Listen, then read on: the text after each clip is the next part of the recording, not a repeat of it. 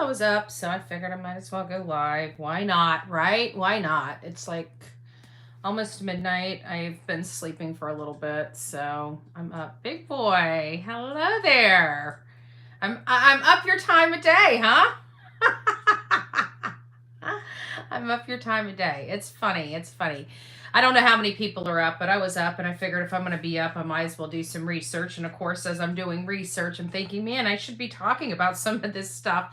So I email it to me and then I'm like, but I've already got another thing going on today. You know, I got a thing. I got a thing. I already got a topic of conversation. So I was going to go on TikTok to do a pretty video, and I said, "Nah, I'll come over here and say hi to you guys." So it's nice to see you, big boy. I see I got like 8 people in the chat. Nobody's saying hi. That's okay though. That's okay, because we're going to actually be talking about something very important, and it's about Veronica Butler and Jillian Kelly, because it was kind of getting some steam, and it's actually being talked about now. Like, this is a small little town in between Kansas and Oklahoma where they disappeared from. It's like, you know, this case, in all intents and purposes, would get like literally next to no attention. And now it's being on News Nation, it's on Nancy Grace. Like, these girls are really starting to get some attention. But the bad news is, you know, everything, we finally found somebody with boots on the ground. Hey, Bet, it's nice to see you. It's nice to see you. Is it Bet or Betty? Probably Betty. It's nice to see you, love. And so, but the problem is at first and I'm still undecided, because we have people that are boots on the ground out there now, and I actually spoke to them a little bit on their live chat and got some information. And it appears that there was some type of blood or blood substance in and around the car. That's why law enforcement was so adamant as soon as they found the car that there was foul play associated with it. But there were allegations that a window was broke out, and it wasn't until this Nancy Grace interview that I even got that wrong. People weren't thinking these windows were busted out. Somebody had said something or indicated something that it might have been shot out, like with a gun. So I don't know what's going on. And of course, naturally, you're going to go right, like what we do anyways. We go straight to the boyfriend. You know, the boyfriend is, let me change. I didn't realize I had this on. There we go. The boyfriend is in rehab, so for all intents and purposes, he couldn't have physically done anything to these girls. He couldn't have physically done. But, and he also doesn't have any calls. According to his grandmother, he's not allowed to use the phone. He's not allowed to leave or anything for the first 30 days. So it's really leaning he had nothing to do with it. But the problem is these girls, or not the girls, the Veronica, because Jillian was just the preacher's wife that was coming to actually, oh, hey, Ossie, it's nice to see you. She was just coming there to facilitate the supervised part of the visitation. She was the supervisor of the visitation. That was really her only purpose. I heard that Veronica and Jillian were friends. So I don't know if they're friends from the church, or if it's just that, you know, she relied on Jillian to be her supervisor, and just over that relationship, the supervisor type of relationship, they just acquired a friendship over it, which does happen, especially being from, you know, with a church. You know, a lot of the outreach is, you know, people that are struggling. So I could imagine that Jillian and Veronica taking this trip, if they've done it more than just this one time, probably had some time in the car to really talk and, you know, talk about life. And of course, with this being a preacher's wife, you know, I'm sure she gave her a lot of advice and a lot of guidance through this.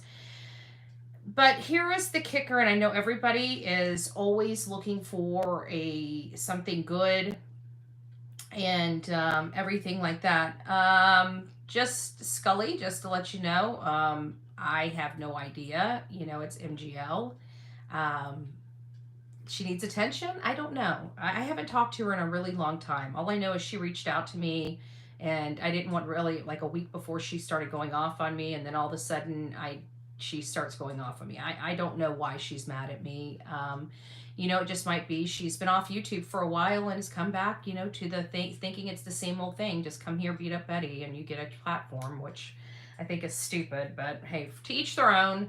You know, the last time I spoke to the lady before this, she told me never to talk to her again because I didn't do what she wanted me to do. So I've never talked to her again. So when I told her, whenever I stopped talking to her that time, this will be it. And she said she understood. Okay, well, now she's mad at me because clearly she didn't understand when I say I'm done, I'm done. So good luck to her. She feels like beating me up. You know, God bless her.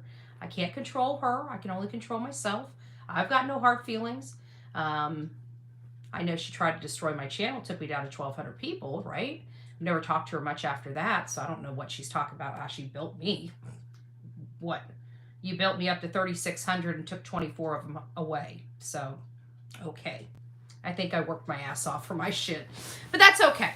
That's okay. Give her her platform. I don't really care. But good luck to her. You know, good luck to her. But that's what's going on. I don't really, what a mess. Sorry you're going through. It actually, to be honest with me, it doesn't bother me. I feel sorry for her, you know, that she feels that if she hasn't realized why the situation is the way it is, you know, maybe she should look at some of her actions. And I would expect that maybe just looking at that video alone probably explains why the situation is the way it is. So, you know, to each their own. God bless her. I wish her the best. I have no hard feelings for her, but, you know, again, I don't need her for success. But clearly my name's in her titles. So getting back to Veronica Butler and Jillian Kelly, it doesn't look good, guys. And of course, Kate News is out there. Oh, thank you, big boy. I admire your work ethic. I'm an engineer and have been employed with the same organization for 25 years. I can truly appreciate your dedication and determination. Keep your eyes on the prize, baby girl. Oh, thank you, big boy. Thank you, big boy. I love you. I love you. I love great people. And so I was looking at this in addition to the girls that were boots on the ground. Here's one thing that I learned. Like this, I mean, it's desolate out there, but it's flat. Like like literally anybody and their mother could, if something was going on, could see. Like it's flat. Like you can see literally for miles. You know, we sometimes have problems seeing, right? Like you could literally stand in a field and look for miles and see things. You know. But it's very desolate out there. It seems like a prime location where it would be easy to, you know, do something. But there's something I'm thinking about with this, with the girls, you know, and even though the boyfriend, which, you know, I don't know, Wranglers seem, in my opinion, to be more curious and more concerned with wanting to see his children as opposed to, you know, not liking the significant other. But just me looking through and looking at everything that transpired, the way I look at it, and what I heard is that, you know, and this, of course, as assumptions and it has to be taken with a grain of salt, but somebody said that they went by there and one witness said they drove by the car doors were closed. Another witness says the car doors were open. And so somebody was actually implying that it's possible that the car was actually moved. And they said that there was some blood-like substance there that somebody, and they tested it and it was blood, that somebody actually put kitty litter on. This is what I'm hearing. And if that's the case, that's cleanup. That's somebody that's very comfortable with that area. That's somebody that knew that they had time to go back, grab a bag of kitty litter and dump on it. So these are things that I'm learning through some of the people that have boots on the ground, and law enforcement has expressed that there is no arrests made in this case and that there was blood at the scene. We did get that confirmed by somebody with boots on the ground, but the officer wouldn't elaborate any further than that. It's not what's on the news because she was out there talking to them without the news crews out there. Again, this is a desolate area. And we got a little bit of more information. I asked her about the windows being broke because at this time I thought they were broke until I heard Nancy Grace's statement. And actually, I think I might have Nancy Grace right here. You guys can hear it for yourself. Let's hear it. Hold on, let me get to it. I put the link there. Let's see what Nancy Grace has to say. Might as well. What else do we have better to do this time of the morning? All the blame on the ex, I'm not so sure about that. This needs a lot more investigation, because if he was in rehab at the time this went down, it's not him. But I agree with Dr. Nicole, that's the first place you look. But, John, that's always the first place you look, is at the ex.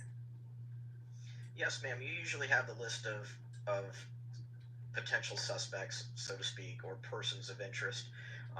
The fact that if they did determine But I did want to was indeed shot at. Oh, wait, that's where he wrote that. But did you guys hear her?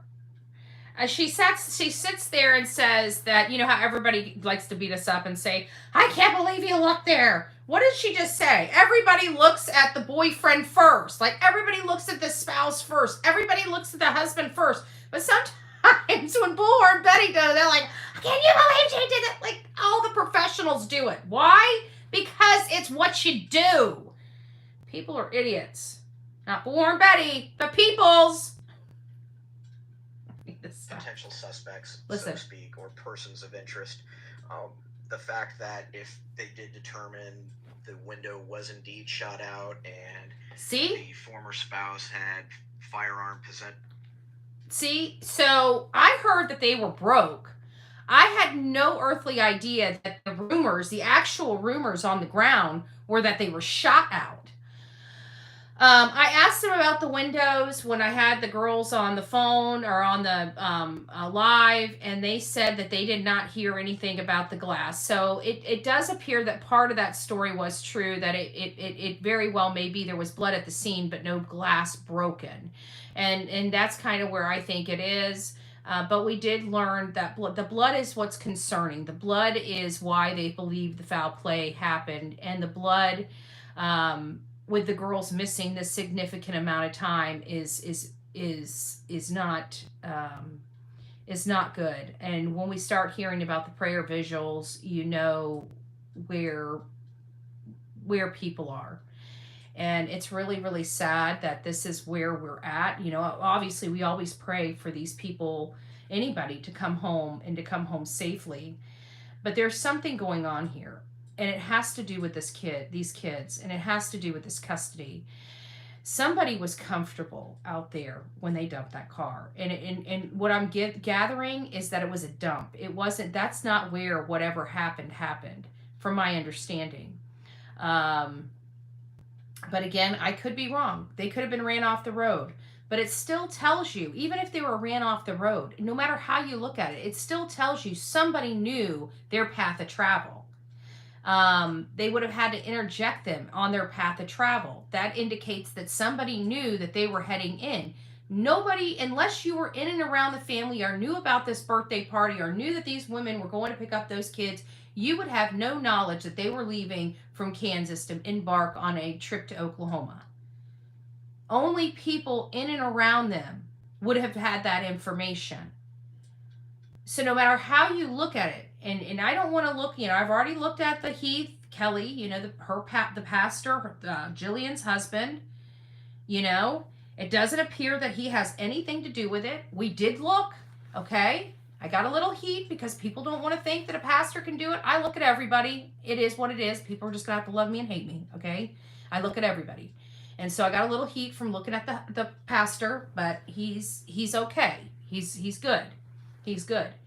And I don't know who the fiance to her is, but if he was with the pastor, I have to kind of think that the dude's cool, okay? So it sounds like the Veronica and Jillian had nothing to do with anything.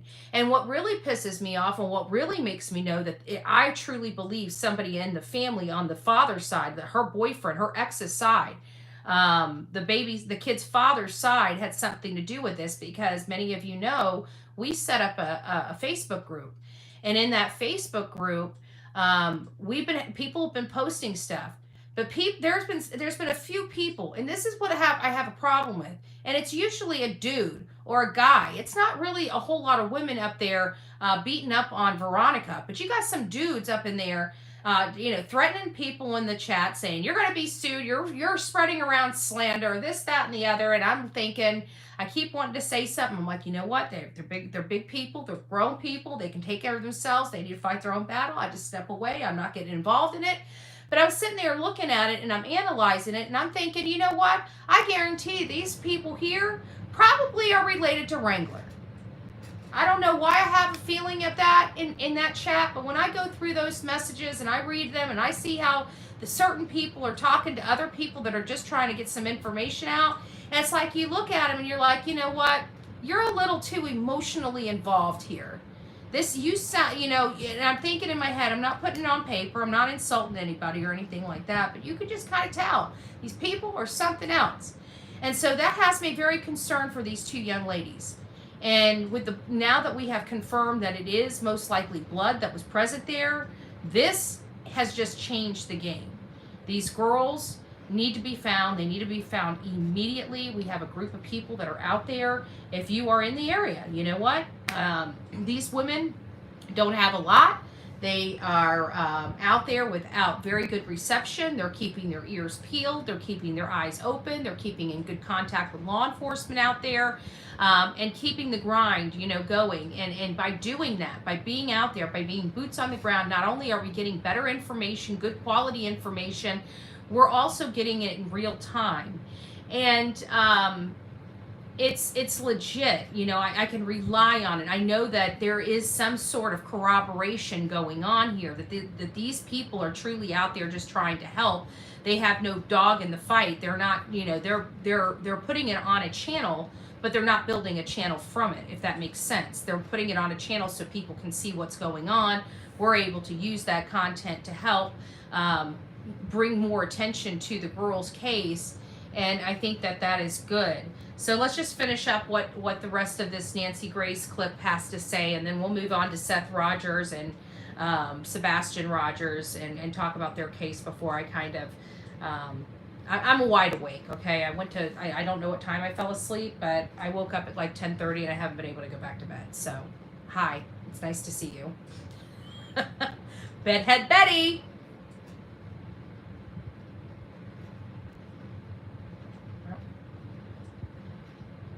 Come on, play.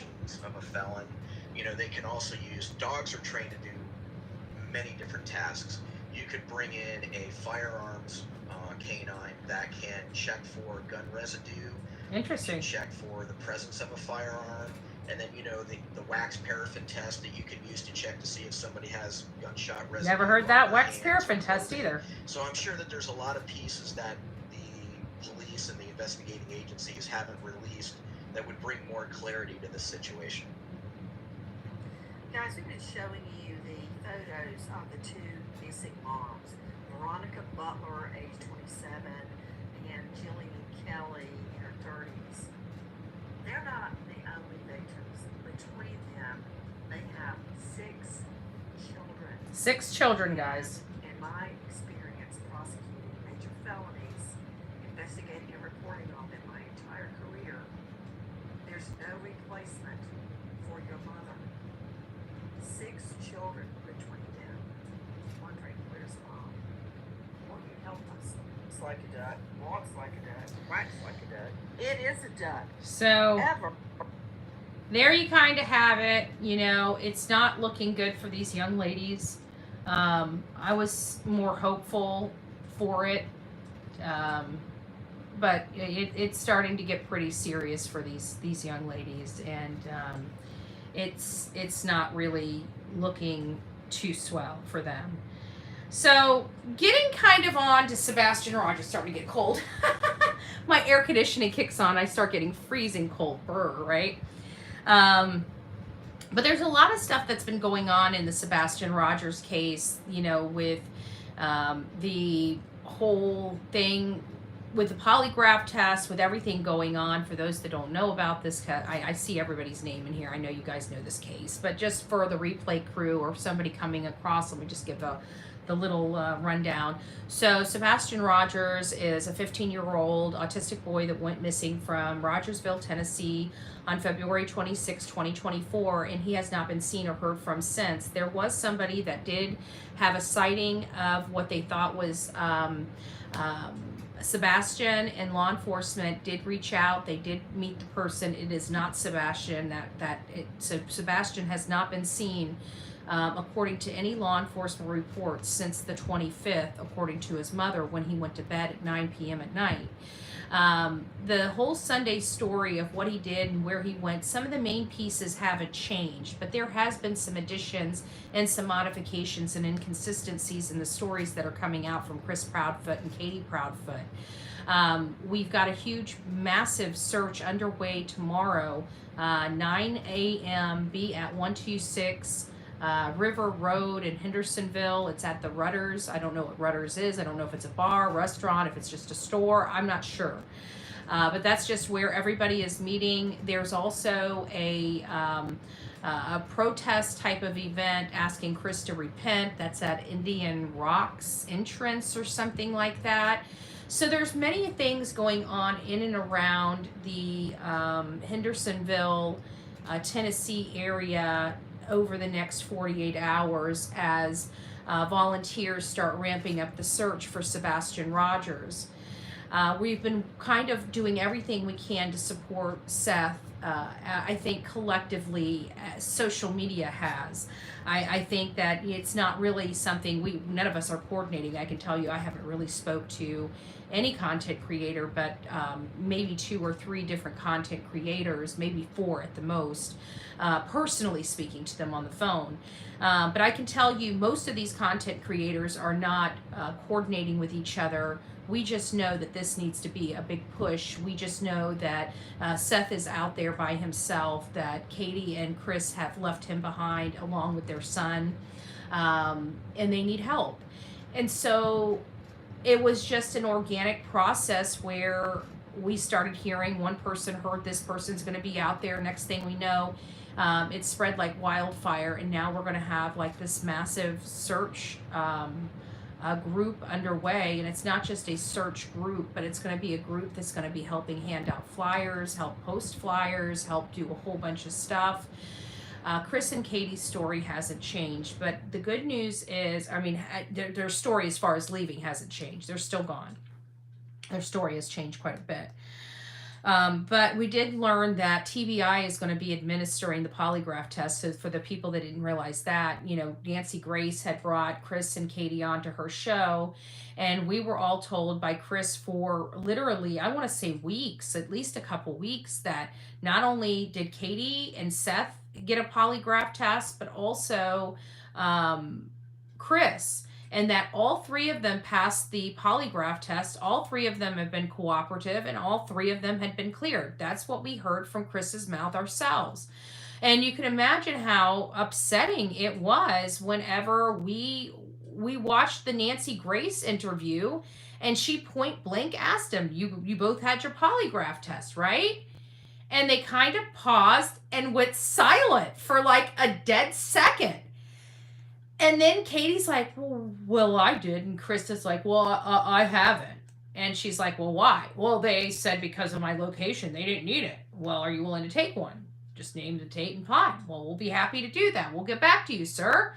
Well, Nancy Grace finally gets back to him, and he's like, well, you know, TBI told me not to take the test with you. You know, this is an ongoing investigation, and we're all scratching our head. Trev Time drops the information on his page or channel. I saw it somewhere. I don't know where I saw it, but I saw it somewhere. And it basically said that Chris Proudfoot told Nancy Grace that the TBI said, and we're all scratching our heads like, why is TBI giving legal advice? Why would they care if somebody's getting a polygraph test or not? And then we learn TBI has decided to administer it themselves. So now I don't think Chris is going to be able to get out of this one. He might have been able to blow smoke up, Nancy Grace's butt, but I don't think he's going to be able to do this. So Seth has also agreed to take a polygraph. I'm curious whether TBI is going to be administering Seth's polygraph test, or if Nancy Grace is going to be doing that. But I did find something, a lot of people are talking about this case, and I came across this Twitter post, and I thought it was pretty interesting in what they circled. And I know this is not the first time over the last 24-hour news cycle that I heard people talking about this very thing. So I thought I'd bring it up and see what's going on in the chat, see how you guys feel about it. And it says, here's a theory I hadn't heard before. Is this common behavior for parents in Tennessee? Question mark. If you're talking about the Proudfoots, no, it's not common behavior, but we do see it quite often, and more so probably in Tennessee. We've got the collective few of the parents out there in Tennessee. I think you guys need to vote better. I think you need better law enforcement. I think a new sheriff needs to come into town, me personally, because this is not unique to the Proudfoots. I mean, we got Summer Wells. I mean, this is the behaviors, how long it took them to do this, that, the other, the search, everything. The words that they're using, the word salads that they keep giving us from conference to press conference to ignoring us to not telling us anything. It's all just, it feels really Summer Wellsy.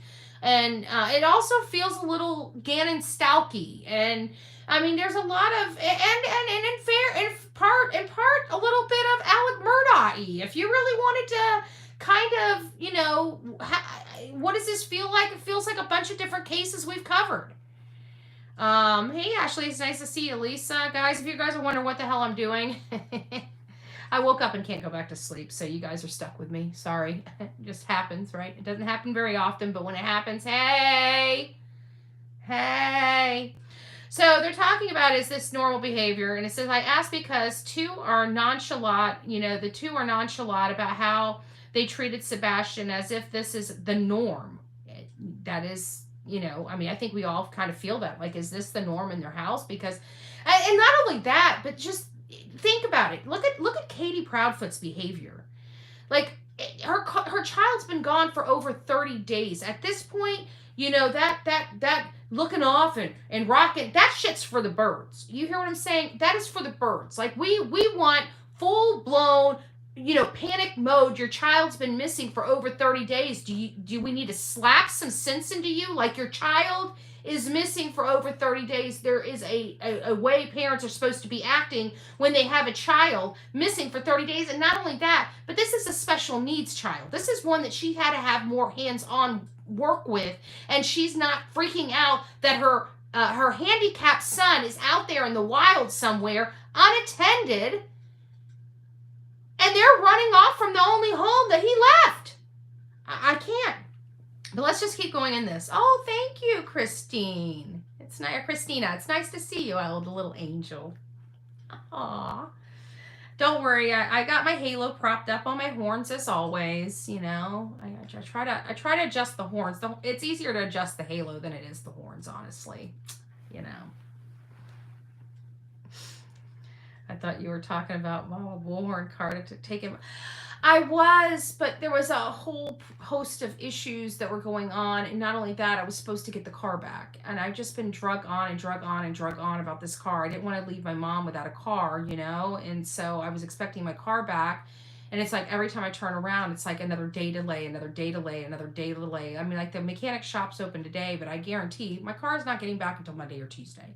I was expecting it back for the last 2 weeks. I can't even discuss my frustration with the car right now. It'll put me in a bad mood. Probably why I'm not sleeping right now is probably because I don't have my freaking car. So they go in to say how nonchalant about how they treated Sebastian as if it's the norm. They heard, I've never heard of anyone ever throwing away a child's belonging because they didn't clean their room properly. Yeah, that's pretty harsh. Everything about this reeks of ignorance. How sad of any child living with a parent who thinks this is normal behavior. And then under it kind of has a breakdown of something that was said in one of the interviews, and I wanted to make sure I read that to you. And this says, I think there's a lot of truth in what KP said. She said she can't believe he walked out the door. She also said I could understand if we had been fighting. She also said he took out the garbage. Chris Proudfoot said when Sebastian doesn't clean his room right, they put it in a bag and put it in the trash. Perhaps there's a lot of truth in all of that. KP checked Sebastian's room when they came in, put his stuff in the garbage bag. They got into a fight, and she made him take it out to the garbage. Now, that's all speculation, but she did say that Sebastian, where does it say? She said he took out the garbage, which we heard her say that in just about every interview. And Chris Proudfoot said when Sebastian doesn't clean his room right, they put it in a bag and put it in the trash. Perhaps there's a lot of truth in all of that. You have a disabled boy that has cognitive issues, and you're punishing him in such a brutal way for doing things that, yes, normal people like us would do. And that's the ignorance of Chris Proudfoot, to think that it's just, if they just teach him better, he will understand, and not the fact that he's impaired. That's what's stopping him from behaving normally. And Chris, it's Chris that doesn't seem to get that when it comes to Sebastian Rogers. But Chris is the only one that seems to have this chip on his shoulder when it comes to Sebastian. And I don't understand why it takes cops so freaking long to start looking at these angles. Like, I'm sorry, but in my opinion, that house within 2 weeks should have been forensically checked. Should have been forensically checked. To this day, it still has not been. Even though Chris Proudfoot lied to Nancy Grace and said it had, or at least tried to imply that it had, it has not. It has not. I still believe Chris Proudfoot was there that weekend. Go look at the Chronicles of Olivia interview. Look at the first 5 minutes. When you see her looking over at Chris to validate a response on something she did that day, it's hard not to think that Chris Proudfoot was home. It's hard not to.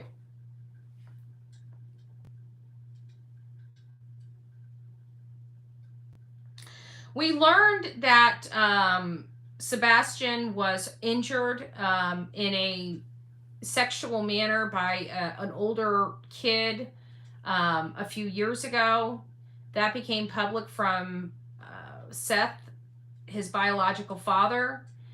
And this was a lot of contention for Christopher Proudfoot, because Chris believed that Sebastian would do that to his daughter.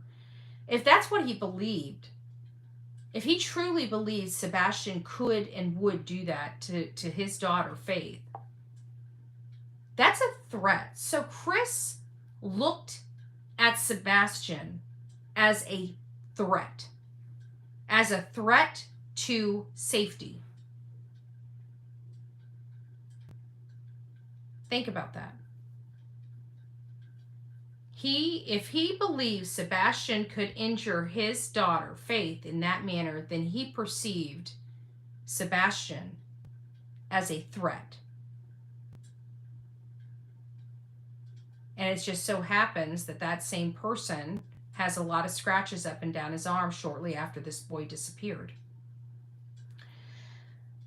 The mom came out with a post, and I did a video on that earlier. And in that post, she goes through, basically calling Seth a horrible father, saying that he was abusive. Then we look at some court documents that were displayed on Court TV. Vinnie Trev Time, the one that did the interview with Nina Gomez, he was on there with another content creator on this platform. It has a larger platform, did a lot of stuff with like mapping and stuff like that. So he was there, and I got to tell you, that Nina Gomez interview was I think it was a very important interview to look inside of who Chris Proudfoot was and how he behaved around other people's children. It was a little terrifying, I have to say. I'm very, very concerned, but hearing that from Nina, then hearing the stories that Chris himself said about, oh, hey, crime stories. It's nice to see. Is Miss Robin in the house too?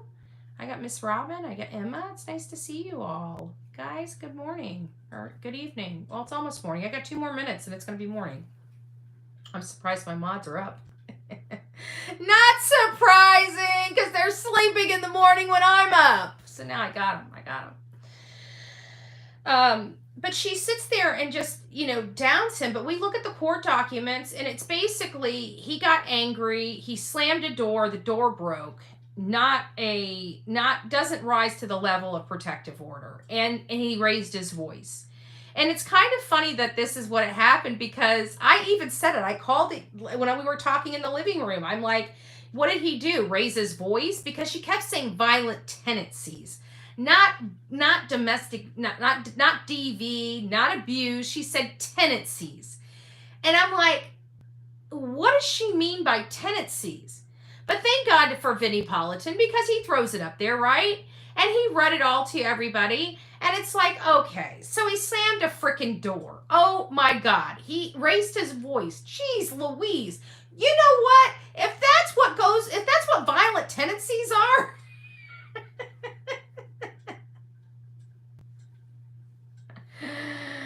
I need help, okay? Somebody's going to have to send me to some group counseling, okay? Because if raising your voice and slamming doors, I don't know. Have you guys watched me work on my car?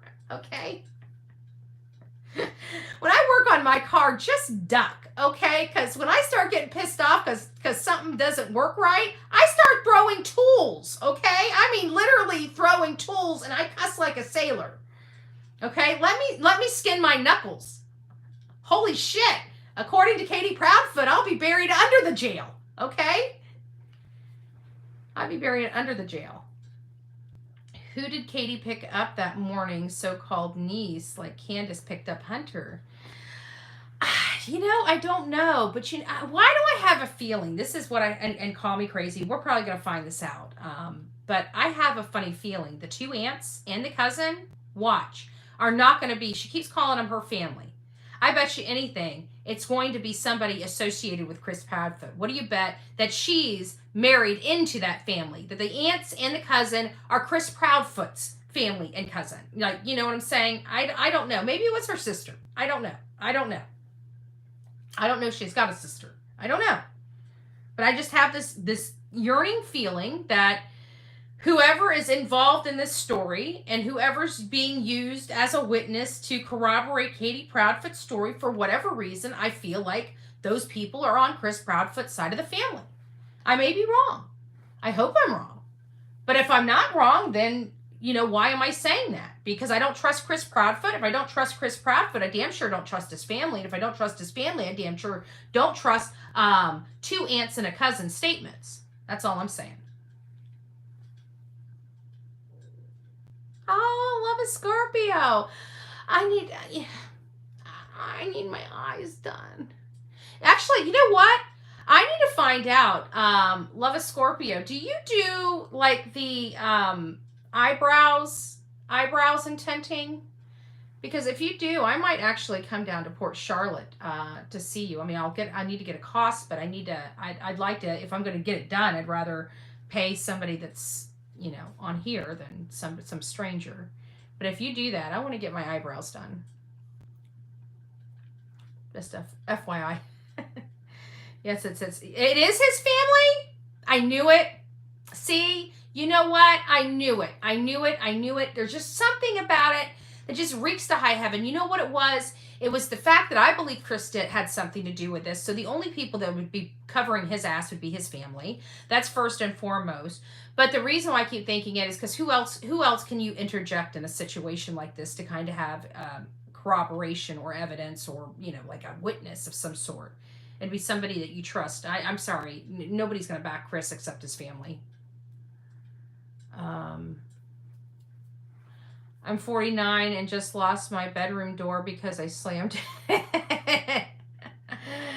When I can't control it. Yeah, I know. You know, based on Katie Proudfoot, we should all have restraining orders on us if we lose our cool and slam a door. I love you, Betty. Tented? Yes. Oh, awesome. Okay. Well, reach out to me at Bullhorn, Betty. I'll give you my phone number, and maybe we'll set something up because I want to get my eyebrows done. John Smith is a new name to me. Who's John Smith? I never heard John Smith, Lisa.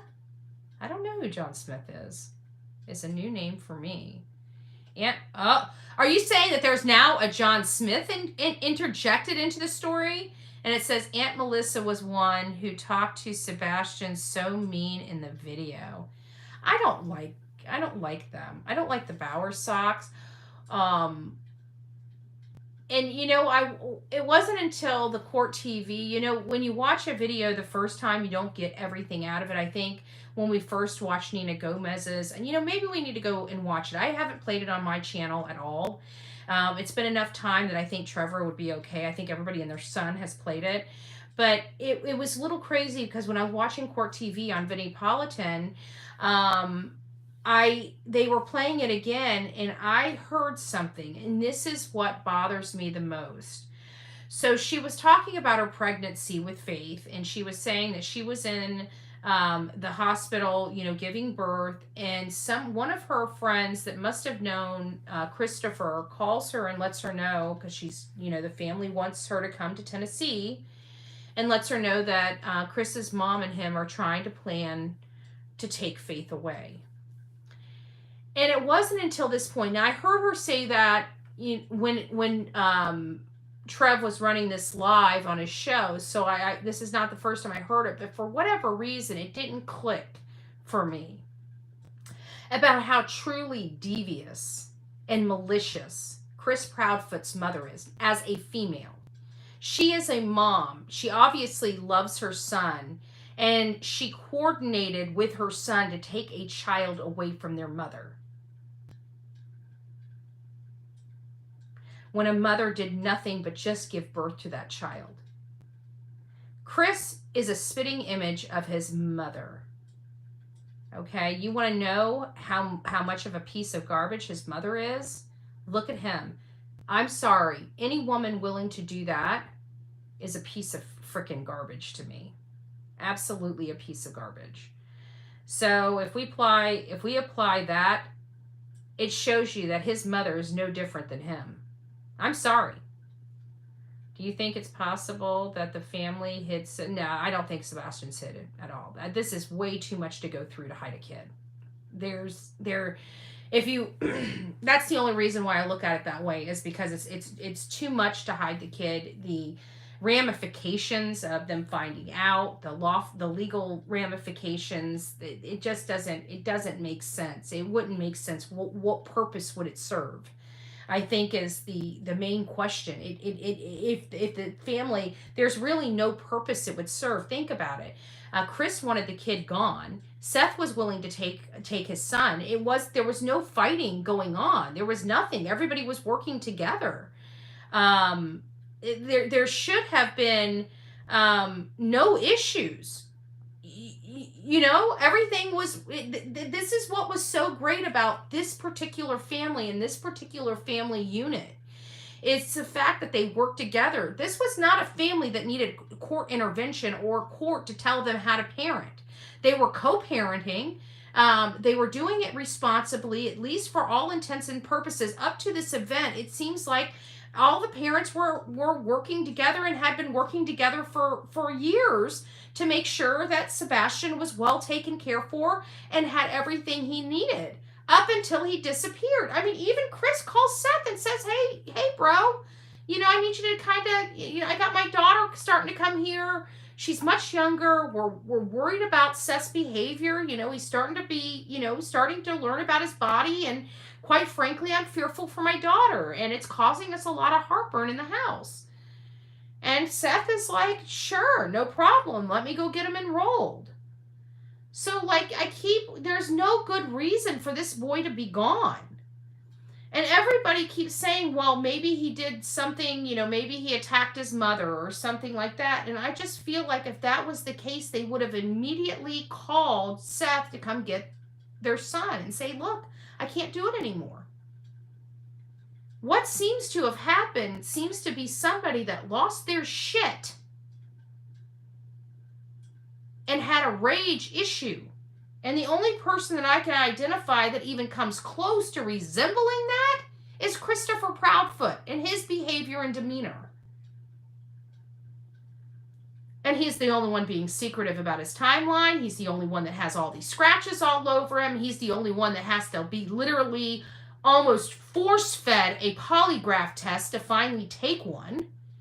He's manipulated, misrepresented, and flat out lied on multiple occasions to social media, and people, and wonder why social media doesn't want to believe any of their nonsense. And then if that wasn't bad enough, they cut off all communication with Seth Rogers. They start following him and his volunteers, fail to even remotely help. And then when people are pissed off at them, they pack their shit and they kick rocks and they leave to go to a different state while major search efforts are underway to find their son. None of these things make sense. I don't know if any of it will ever make sense to me. I just know that 2 cases that we just covered, from Veronica Butler and Jillian Kelly to Sebastian Rogers, these 2 cases are awful. They're not good cases. They're not going to end well. Both of them have been gone significant amounts of time. One has blood evidence near the car. The other one has no evidence at all, not even a hit from a scent dog that he even walked out of the house. According to the scent dogs, they can't even acknowledge that this boy even existed. And we know that people just don't disintegrate. They don't go up in smoke. They just don't disappear. He's out there somewhere. And I have a funny feeling we follow one of the Bowersocks or one of the Proudfoots, we might be led right where he's at. God forgive me if I'm wrong, but you know what? It won't be the first time. It won't be the last time. I'm here looking for any information for Sebastian, and I really don't care whose feelings I have to hurt to find that. You guys know me. I have no problem being an embarrassment. I have no problem. I have no problem wearing funny stuff. I have no problem screaming at people. I have no problem putting my foot down. I have no problem letting people know where I stand on any situation at any given time. I have no problem. I get a lot of backlash for me not having a lot of no problem. Okay? I get a lot. But you know what? I'm a happier person for being me, right? Nobody dictates who I am. Nobody dictates how I think. I think how I think. You know, I think how I think, and apparently I think like a lot of other people because I get a lot of support for saying the things that people would love to say. So I wish I could be out there. Like I'm really upset. Like this, we've got like 9 hours. In 9 hours, these search efforts are going to be underway. In literally 12 hours, they're going to be having the protest at that one little area for Chris to repent. Everybody thinks Chris did it. Nobody's really looking at Katie. Like, I think Katie I think she knows something, and I think she's helping hide Chris's involvement. I think, you know, whether she knew it at the time, I think at this point, I think she knows something. I think she feels something. I think she knows Chris better than anybody else. And it's really upsetting that she's choosing a man over her son. And that is exactly what she's doing. And not only that, she's running away. I don't know how they would think that social media would not literally tear their ass up over some shit like this. Like, if I had a belt and I saw them, I almost want to bend them over my own knee and take the belt to their little ass. Both of them. Both of them. Vigil is now tomorrow too. So we've got a lot of events going on. You know, it's just, and it's all for this little boy. And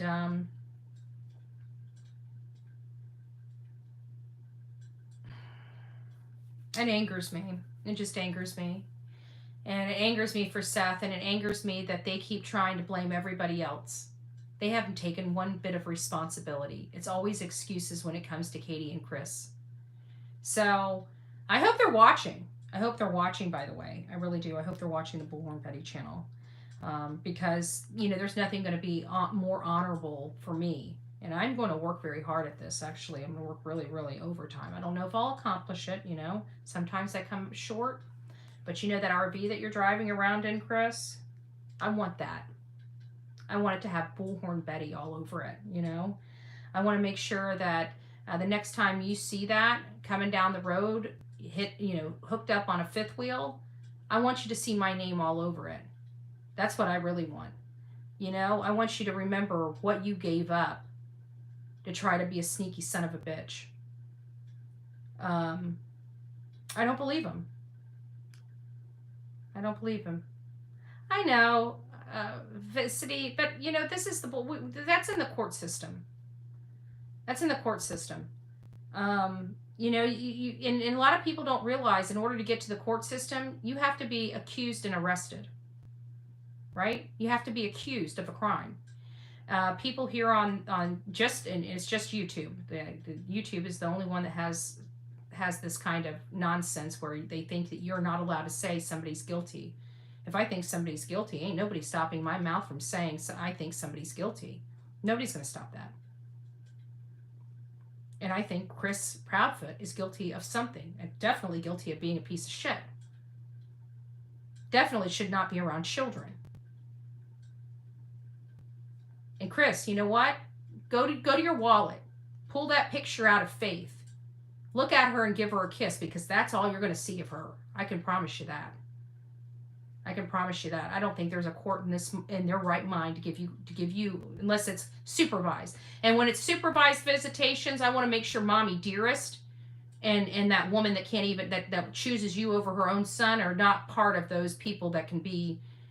You can't poof it. You can't prove otherwise either, right? That can be both ways. I love that. They come here, you can't prove they did. Well, you can't prove they didn't. Prove it. Prove that he had nothing to do with this, lady. Prove it. You bring me proof that he had nothing to do with this. I guarantee I have more proof that he has. More circumstantial evidence proving that he had something to do with it than you do saying that he doesn't. So, you're right. Prove innocent before guilt. Right? It doesn't mean stick your head in the sand and act like an ostrich so you don't have to look at the guilt, lady. Just saying. Just saying. I'd get your shit straight. I'd get your facts right. And don't come here to the Bullhorn Betty channel saying, oh, you don't have proof. Well, then you better bring some receipts, baby. Because I got a lot of receipts showing a lot of different stuff. And I prove it each and every time I come up here when I talk about the Sebastian Rogers case. And I guarantee my stuff is probably more compelling than those little sentences that you go, oh my God, she's doing it again. Cops did not say it. You need to go back and listen to what you're hearing. I can tell you that Nancy, it seems funny. You can't seem to hear it, but Nancy Grace can hear it, right? Vinnie Politan can hear it, but you can't? Cops never said it. You know what they said? They said there's no evidence right now of foul play. Right now. The fact that this kid has been missing for 30 days and hasn't been found, it's not like he's drowned, okay? If we learned anything about drowning, this is where your common sense has got to come in, and education and experience is very important. Because if you know, if he went into the water or he was around there in a water body, he would be floating by now. It's called biology. He'd be floating. So they haven't found him in the waters. They haven't found him on the land. And the last place he was in his own bed in his house. And when his mom woke up, the door was locked. And you honestly believe that they're cleared? I can tell you that what law enforcement said, this is what law enforcement said. And you go back and fact check it because you're wrong and you're misrepresenting information here in my chat. So we're not going to allow you to do that. They said there's no evidence of foul play at this moment. At this moment. Specifically said, at this moment. And then they also followed up with, nobody has been cleared and all options are on the table. Now, if you can't understand that, maybe the Bullhorn Betty channel, maybe you need to go over to Queen Bee or Stinky Crotch, Crusty Crotch, that needs a douche for a mouth. I think those are probably more suited for your taste and your liking. Just a thought. They're nasty enough for your kind. And they love misrepresentation and they love lies. And make sure you bring a lot of money with you when you go over there, okay? Because they need your money. They're not going to be your friend without it. So make sure you bring a lot of money with you. Can I boot this troll? Yeah, you can go ahead and boot the troll. You can go ahead and boot the troll. Enjoy being broke on those other channels, baby. We do real work over here. Have a great day. God bless. She acts like a little mouse who can't move without his permission. That's the battered wife syndrome. And that's what I talk about all the time. You know, whenever you kind of know the behavior when you see it. And I brought it up several times. Even when she left the first time, I was very concerned about her well-being. And at this point, you know what? I'm almost not concerned about her well-being. It's like, you know what? Just desserts, right? Your son's missing, and people are like, oh my God, Betty. Well, half these people are abusive anyways that want to say, oh my God, Betty. Okay, yeah, oh my God, Betty. I said it. I really don't care what happens to her because she doesn't give a shit about her son. I care about her son. I said it. Hate me. Go raise the roof. Just talk about Sebastian. Okay, just talk about Sebastian. Yeah, it's very obvious. Well, that's not a lie. You better have money if you want. Acknowledgement on those channels, I know. Bring the bank. Bring the kidney and the first kid.